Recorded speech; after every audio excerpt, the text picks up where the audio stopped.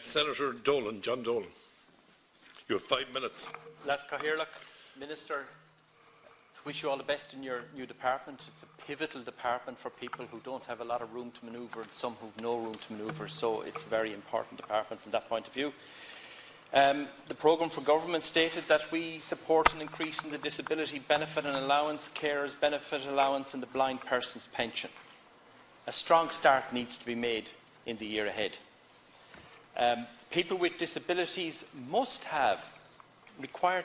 to have an adequate income to live with dignity. Protection of basic payments does not equate with protection of basic income. The reality of living in Ireland with a disability at this time is masked very often by data gathering that does not take into account the extra costs that people with disabilities face, the extra but ordinary day-to-day costs that people with disabilities face in their everyday lives. You're asking for me and you're asking all of us to prioritise. Well, clearly I prioritise disability. I have you smile, of course. Of course I'll do that. But there is a logic to it. Disability hits where it likes, when it likes, who it likes and how it likes. We cannot divine when it happens to any family.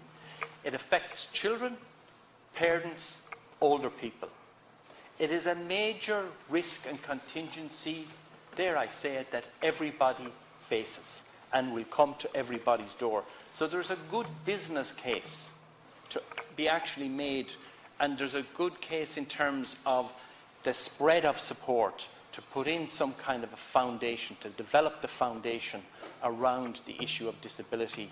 And of course, encapsulated in that, mentioned by many people already, is the issue of carers. The great majority, another point I'd make, is that the great majority of carers are also women who stand in the line and do what has to be done and pick up the pieces. So I think I would certainly say in the year ahead, an increase to the disability allowance of €20 per week, and to then start working on concrete measures to actually deal with that cost of disability issue.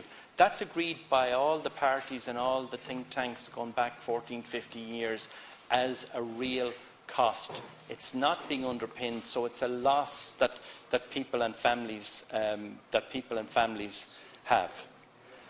These things, and I'll conclude with this, these things put money in people's pockets. It's very fast circulation.